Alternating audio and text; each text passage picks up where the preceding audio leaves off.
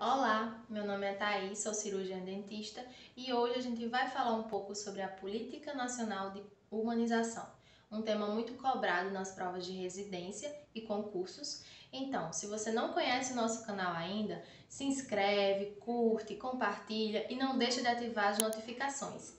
Enferodonto, aulas descomplicadas.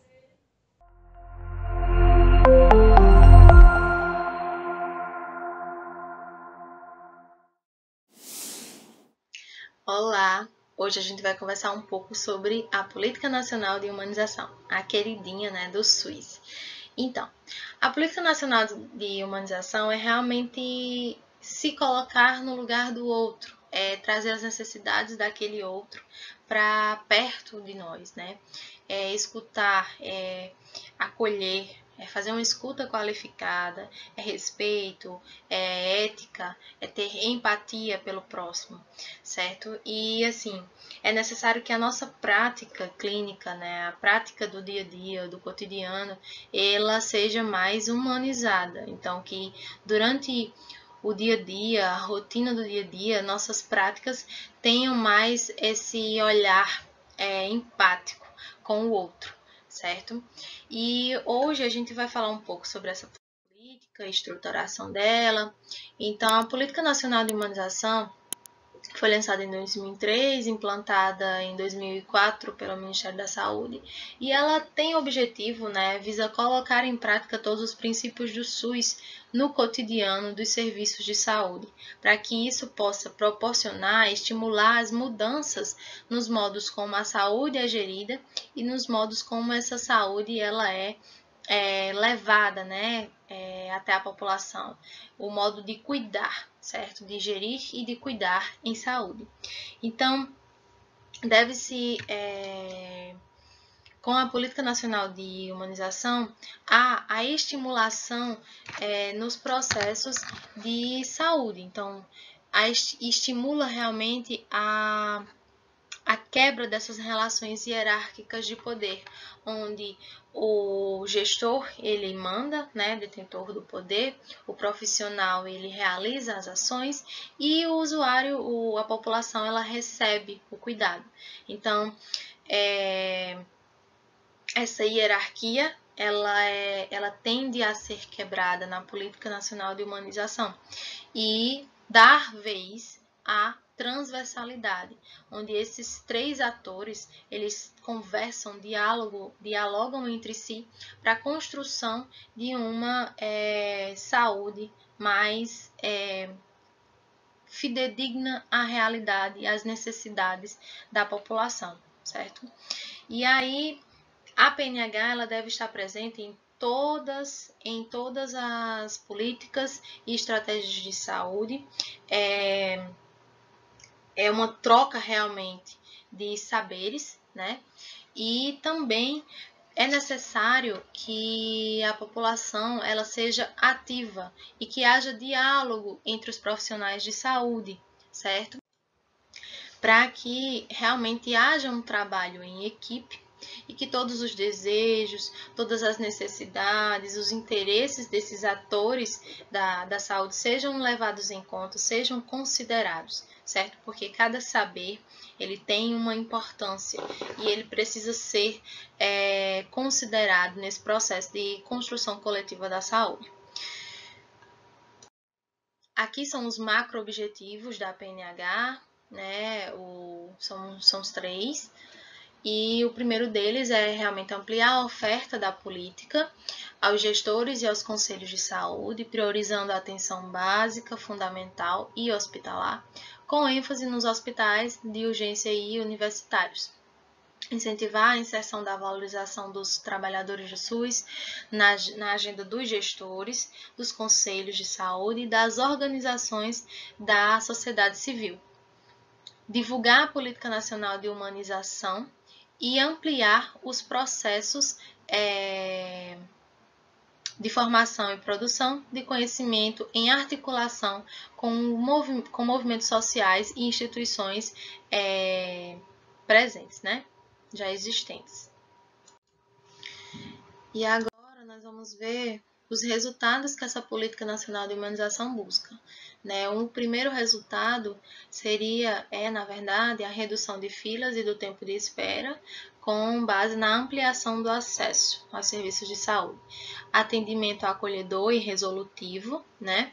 Com base em critérios de risco, acolhimento com classificação de risco, implantação de modelos de atenção com responsabilização e vínculo do usuário aqui e do profissional, garantia dos direitos dos usuários, valorização do trabalhador, do trabalho na saúde e gestão participativa dos serviços. Bom, a PNH ela vai ser estruturada a partir de princípios, métodos, diretrizes e dispositivos, e a gente vai falar um pouco sobre os princípios, né, inicialmente. Então, os princípios da PNH são a transversalidade, a indissociabilidade entre atenção e gestão, o protagonismo, corresponsabilidade e autonomia dos sujeitos e dos objetivos. E aí, a transversalidade, né? O que é transversalidade? No dicionário, na verdade, transversalidade vem de transversal. E no dicionário, o significado de transversal é uma linha que corta ou atravessa outra linha ou um plano, né? E aí no SUS, o que é que a gente entende por transversalidade? Já que transversalidade é um dos princípios da Política Nacional de Saúde e que visa estar presente em todas as políticas e os outros programas do SUS, né? A gente vai realmente ter a transversalidade quando ela é orientada por uma gestão participativa, onde existe a cogestão. Então, os resultados que se espera é que haja um grau de contato, de comunicação entre as pessoas e grupos, né, ampliados, sem essa relação de hierarquia, reforçando a produção de saúde com qualidade. Então, reconstruindo esse modo de planejar saúde, de organizar a saúde, certo? Então, isso é praticamente um modo diferente de construir a saúde, né? Um modo transversal, sem essas amarras de hierarquia de poder. A indissociabilidade entre atenção e gestão é exatamente a não separação entre as decisões que são tomadas pela gestão, porque vão interferir diretamente no modo como essa assistência, essa atenção à saúde vai ser praticada, e também não pode haver esse distanciamento entre as decisões que são tomadas aqui, né, na base, na assistência, na atenção, porque também vão interferir diretamente no modo como essa assistência ela deve ser gerida. Então, precisa haver um diálogo aqui, precisa haver uma conversa mais, vamos dizer, mais justa, né, em relação à saúde e mais íntima, né, um vínculo mais estabelecido entre a gestão e a atenção, certo? Aproximando essas duas instâncias, né?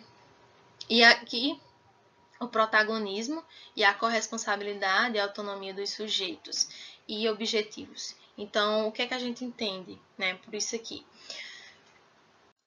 A gente entende que o outro, né, a população, ela deve ser ativa, deve ser atuante no seu processo de saúde também, né? Então, ela precisa decidir, ela precisa estar a par sobre os seus cuidados, sobre o seu plano de tratamento e decidir também, em conjunto com a equipe, sobre os seus cuidados em saúde. Então, ela tem que ser protagonista e também corresponsável pelos no seu processo de saúde e doença, né? Nos cuidados que vão ser dados a essa pessoa, certo?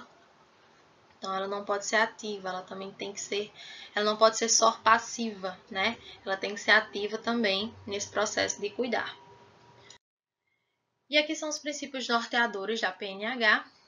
O primeiro deles é a valorização da dimensão subjetiva e social em todas as práticas de atenção e de gestão, para fortalecer, estimular esses processos integradores e promotores de compromissos e responsabilização, certo? Estímulo a processos comprometidos com a produção de saúde e com a produção de sujeito. Então, todos os processos e ferramentas que podem ser utilizados para produzir saúde e produzir sujeitos ativos nessa construção de saúde, eles devem ser estimulados e vistos de forma positiva. Fortalecimento do trabalho em equipe multiprofissional para estimular a transdisciplinaridade e grupalidade. Então, o trabalho em equipe ele tem que ser colocado em prática e não só trabalhar dentro de uma unidade de saúde, por exemplo, que tem uma equipe de vários profissionais de várias áreas e você não usar desse artifício, né? Então, se eu tenho um profissional que entende mais de uma área do que eu, então é claro que eu tenho que buscar a ajuda desse profissional, conversar, dialogar, conhecer, estudar juntos, aprender juntos para trazer resolutividade, né, nas questões de saúde da população. O outro princípio é atuação em rede com alta conectividade, de modo cooperativo e solidário, em conformidade com as diretrizes do SUS. Então, é realmente aquela atuação em rede, né? Onde as redes elas têm que ter uma relação próxima, tem que estar em constante conexão, né? Para que não haja essa quebra de descontinuidade na atenção, né? Da população. A utilização da informação, da comunicação, da educação permanente e dos espaços da gestão na construção da autonomia e do protagonismo dos sujeitos e de coletivos, né? Então, é exatamente estimular essa produção de sujeitos ativos, né? De sujeitos conscientes sobre o seu processo de adoecimento, sobre o seu processo de saúde. E também esses processos de educação permanente para os profissionais de saúde também atuarem junto com a gestão e com os usuários para a construção de uma saúde coletiva, né, mais fidedigna às realidades da população. E aqui é um método, né? Como é que a gente vai realizar colocar em prática essa política? Então, existem métodos. E esse método é exatamente incluir, né, a inclusão dos diferentes sujeitos, gestores, trabalhadores e usuários, no sentido da produção da autonomia, protagonismo e corresponsabilidade. Então, é tudo aquilo que a gente já vem falando, né, desde o início. Um modo de fazer isso, um método de fazer isso, são as rodas de conversa. Então, simplesmente formar uma roda de conversa entre esses protagonistas e conversar, né, dialogar, ver opiniões, tomar decisões em conjunto. Inclusão dos analisadores sociais, ou mais especificamente, inclusão dos fenômenos que desestabilizam os modelos tradicionais de atenção e de gestão, acolhendo e potencializando os processos de mudança. Modo de fazer seria a análise coletiva dos conflitos, né, entendida como potencialização da força crítica dessas crises. Então, analisar de forma coletiva um determinado conflito, um determinado problema, pode trazer formas diferentes de resolver esse problema. Então, são várias pessoas vendo um problema que pode ser visto de várias formas e ter vários caminhos para a resolução. E aí, cabe ao grupo, à equipe, escolher o melhor caminho para resolver esse determinado problema, né? Inclusão do coletivo, seja como movimento social organizado, seja como experiência singular sensível, mudança dos afetos dos trabalhadores de saúde quando em trabalho grupal, e o modo de fazer seria o fomento dessas redes, né? Diretrizes. As diretrizes são, assim, o principal, na minha opinião, né? O que não se pode pensar em PNH e não pensar em acolhimento. Então, acolhimento é, na minha opinião, a diretriz mais fundamental da PNH. Então, o que a gente pensa quando a gente fala de acolhimento? a gente pensa em escuta qualificada, a gente pensa em compromisso, a gente pensa em estabelecer vínculo, né, com a população, com o outro, se colocar no lugar do outro, é realmente escutar mais do que falar. Muitas vezes a gente fala muito com aquela pessoa que vem buscar um atendimento, né? E às vezes a gente esquece de escutar. E isso é muito importante. Às vezes, aquela pessoa vê aquele ambiente de saúde como um lugar para ela simplesmente desabafar, conversar, e a gente tem que estar apto, né? A gente tem que parar para escutar, porque isso também é acolhimento, certo? Então, desde o momento em que aquele usuário, aquela pessoa, ela entra no nosso ambiente de trabalho, ela precisa ser acolhida. E não só por um determinado profissional, ela precisa ser acolhida pela equipe, né? Somos uma equipe de trabalho, devemos trabalhar juntos, com a mesma ideia de trabalho, né? A mesma ideia coletiva de trabalho, e entender que toda e qualquer problemática que aquele paciente traz, ele deve ser entendida como uma coisa legítima, né? Uma necessidade real de saúde, certo? E que a gente precisa resolver junto, certo? E aí, a segunda diretriz é a gestão participativa e cogestão, né? E o que seria isso? Então, a gente entende que a gestão participativa e cogestão é fazer com que não só o gestor tenha poder sobre a gestão em saúde, mas que essa gestão ela seja coletiva, né? Que também sejam ouvidos as demandas dos profissionais, que também sejam ouvidas as demandas dos usuários e que os profissionais, os usuários também interfiram nas decisões, né? Para que essas decisões elas sejam realmente feitas com base nas necessidades de saúde da população, certo? Porque às vezes a gente acha que uma determinada problemática é uma necessidade, é uma prioridade da população e, na verdade, a população não vê aquilo como uma prioridade, né? A gente tem que buscar da população o que ela realmente precisa. E também a prática, a experiência clínica dos profissionais que estão ali todo dia, atuando naquele campo de trabalho, vendo as necessidades da saúde da população, também devem ser levadas em consideração, né, para lançar novos programas e propostas para a melhoria dessa saúde. A ambiência, né, muito falada quando a gente fala em PNH. E o que seria a ambiência? A ambiência é, de fato, tornar esses espaços mais acolhedores, mais saudáveis, né, os espaços físicos. Quando a gente entra em um ambiente de trabalho, né, como um PSF, um postinho de saúde, a gente vê aquele ambiente tenso, né, mais frio, e o paciente, a população que chega até esse ambiente, ela tem que se sentir acolhida desde o momento que entra, né, e aquele ambiente ele tem que ser um espaço para encontro de sujeitos, né, de sujeitos que vão construir saúde juntos, certo? Então, esse ambiente ele tem que se tornar mais saudável, mais acolhedor, mais confortável para essa população, que respeite a sua privacidade, mas que também seja um ambiente onde haja mudança no processo de trabalho, certo?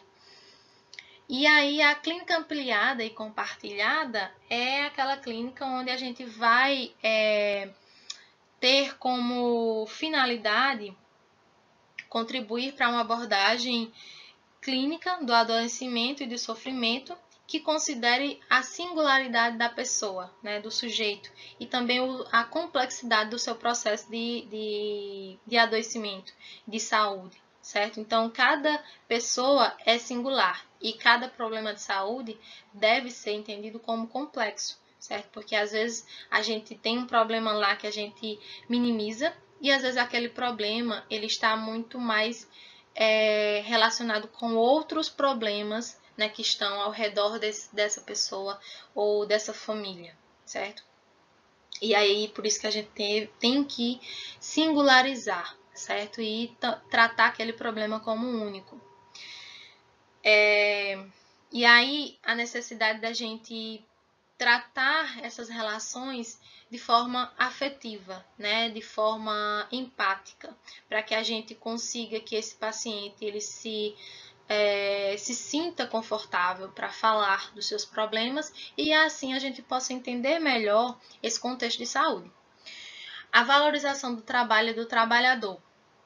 Então, o trabalhador, ele tem que ser valorizado as experiências, né, desse trabalhador no âmbito da sua profissão. Então, esse trabalhador, ele tem experiências únicas, ele já passou por muitas experiências no seu ambiente de trabalho e que a gente deve incluir, né, deve levar em consideração essas experiências e, de fato, entender que ele está apto para analisar e também definir e qualificar processos de trabalho, certo? Então, construir junto esse processo de trabalho com o trabalhador. A defesa dos direitos do usuário. Então, os usuários eles têm direitos, né, garantidos por lei e enquanto serviço de saúde, devemos estimular, incentivar para que esses usuários tenham conhecimento sobre esses direitos e que esses direitos eles sejam assegurados em todos os âmbitos, em todas as fases do cuidado, certo? E aqui são os dispositivos, né, que servem, né, para viabilizar os princípios esperados pelo SUS e pela PNH, né? E aqui são entendidos como tecnologias, o modo realmente de fazer. Então, são eles que operacionalizam, são os meios pelos quais a gente vai conseguir pôr em prática a PNH, né? Então, o primeiro deles é o acolhimento com classificação de risco, as equipes de referência e de apoio matricial, então são equipes que entendem, são equipes que vão dar esse apoio em determinados assuntos nos quais são mais especializados.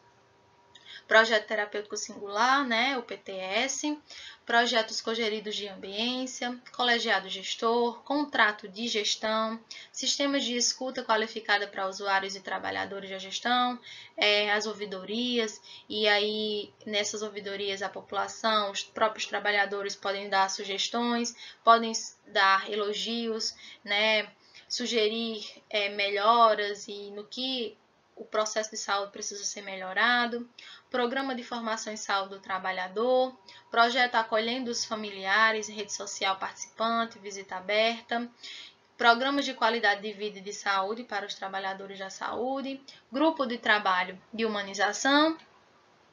Esses são os nossos dispositivos.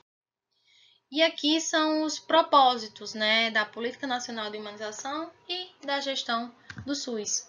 E aí os propósitos são contagiar trabalhadores, gestores e usuários do SUS com os princípios e as diretrizes da humanização, fortalecer iniciativas de humanização já existentes, desenvolver tecnologias relacionadas e de compartilhamento das práticas de gestão e de atenção, aprimorar ofertas e divulgar estratégias e metodologias de apoio a mudanças sustentáveis dos modelos de atenção e de gestão. Então, essas metodologias elas têm que ser divulgadas para que outras equipes vejam essas mudanças e que se estimulem também a mudar, né, o seu processo de trabalho. Implementar processos de acompanhamento e avaliação, ressaltando os saberes gerados no SUS e experiências coletivas bem-sucedidas. Então, devem se gerar, ser sempre levadas em conta, né, as experiências coletivas bem-sucedidas no âmbito da PNH. Bom, gente, agora a gente vai resolver umas questões, certo? Para fixar melhor o assunto. E a primeira delas é essa, né? A Política Nacional de Humanização busca atendimento baseado em ordem de chegada. Não, né, gente? A gente não viu em nenhum lugar que o atendimento por ordem de chegada é um princípio objetivo da PNH. Pelo contrário, né? A gente prioriza o acolhimento, né? Com classificação de risco. Redução de filas e de tempo de espera até, né? Mas com acesso restrito ao primeiro atendimento, não. Gestão participativa dos serviços. Então, acho que a gente já encontrou a nossa resposta, né? Seria realmente a gestão participativa nos serviços. Aumento da dependência do usuário em relação aos cuidados prestados na atenção básica? Não, né? A gente viu que o usuário ele também tem que ser ativo no seu processo de saúde, ele também tem que ser corresponsável, então ele não deve depender exclusivamente da relação de cuidado pela atenção básica, né? Prestado pela atenção básica. Diminuição do tempo de consulta médica para atender o maior número de usuários. Não, né? A gente tem que respeitar os direitos do usuário e, de acordo com a sua necessidade de saúde, a sua consulta ela vai demorar o tempo que for necessário, né? A questão 2. De acordo com a Política Nacional de Humanização, a humanização deve ser entendida como um conjunto de princípios e diretrizes que se traduzem em ações nos diversos serviços, nas práticas de saúde e nas instâncias do sistema, caracterizando uma construção coletiva. Por isso, deve ser considerada uma política, transversal, vertical, horizontal, ascendente e descendente. Então, aqui a gente já tem uma resposta meio que de cara, né? Então, a política nacional de humanização, ela deve ser considerada uma política transversal, né? É uma política transversal, ela prioriza a construção coletiva, né? Da saúde, e ela não faz questão de não ter essa relação hierárquica de poder. Na verdade, ela quer destruir, extinguir essa relação hierárquica de poder para que a construção dos saberes ela seja transversal, né? Que a gente entenda a saúde como uma prática coletiva, né? Essa construção coletiva dos processos de saúde. Questão 3. No Sistema Único de Saúde, muitas políticas traçam as diretrizes para a melhoria e desenvolvimento do sistema de saúde. Uma, em especial, trata de valorizar as pessoas em todas as práticas de atenção e gestão, estimulando o trabalho em equipe e o comprometimento com ações integradoras e participativas. Qual a política o enunciado se refere? Então, aqui já está a resposta de cara, né? Atenção às mulheres, a atenção à saúde das mulheres, atenção básica, promoção da saúde e política nacional de humanização. Então, seria essa a nossa resposta. Cara, né? Questão 4. A ambiência. Uma estratégia da Política Nacional de Humanização que vem sendo referida nas análises e discussões sobre a atenção primária à saúde pode ser conceituada como. Então, qual o conceito de ambiência, né? Ambiência é a opinião dos pacientes e suas reclamações sobre como os procedimentos são realizados na atenção básica? Não, né, gente? O processo de reflexão sobre o espaço físico das unidades, identificando suas lacunas estruturais para organizar a prática médica? Não, né? Não se refere só à prática médica. A percepção dos enfermeiros, médicos, recepcionistas, dentre outros profissionais sobre como funciona o serviço de saúde? Não, isso aqui não tem nada a ver com ambiência. O tratamento dado ao espaço físico, entendido como espaço social, potencializando como espaço de encontro de sujeitos. Então, essa é a nossa resposta. Quando a gente entende que o ambiente ele é um espaço de encontro de sujeitos e que ele pode ser um espaço mais acolhedor, né? Mais, de uma certa forma, menos tenso e que traga um conforto ao paciente. Questão 5. Sobre a Política Nacional de Humanização. É correto afirmar que a busca por uma prática que a Política Nacional de Humanização ela busca pôr em prática os princípios do SUS no cotidiano de serviços de saúde, produzindo mudanças nos modos de gerir e cuidar. Então aqui já achamos nossa resposta, né, na primeira questão, na primeira alternativa. Então realmente a PNH busca pôr em prática os princípios do SUS para que essas mudanças sejam estimuladas, né, quanto ao modo de gerir e de cuidar em saúde. Vou ler as outras alternativas. Estimula a comunicação entre gestores, evitando trabalhadores e usuários. Não, na verdade, ela estimula o diálogo também entre trabalhadores e usuários, né, para construir processos coletivos em saúde. Conta com equipes municipais de apoiadores que articulam as secretarias municipais de saúde. Então, essas equipes matriciadoras, elas estão integradas com as equipes de saúde. A participação, a partir das articulações entre os gestores, se constrói de forma individual? Não, né? As articulações não devem ser individuais. Quando a gente fala em PNH, a gente sempre lembra em coletivo, né? A gente sempre trata de construções coletivas. E a partir da análise dos processos, dos problemas e dificuldades em cada serviço de saúde e tomando por referência as experiências mal sucedidas de humanização, a PNH tem sido experimentada em quase todo o estado. Não, a gente não deve tomar como base as experiências mal sucedidas, e sim as experiências bem sucedidas de humanização. Certo? Então, gente, foram essas as explanações que eu trouxe sobre o tema. Espero que tenham gostado. Se gostaram, curtam, compartilhem, divulguem e deem sugestões sobre os próximos temas para a gente trazer, sobre SUS, sobre odontologia, né? Também. E só agradecer e muito obrigada pelo tempo de vocês. Até a próxima. E aí galera, se você gostou do vídeo, então não deixe de se inscrever no canal, ativar o sininho, deixar seu like, seus comentários. Isso vai ajudar bastante a nós do canal trabalharmos para mais conteúdos em Ferodonto com vocês, aulas descomplicadas.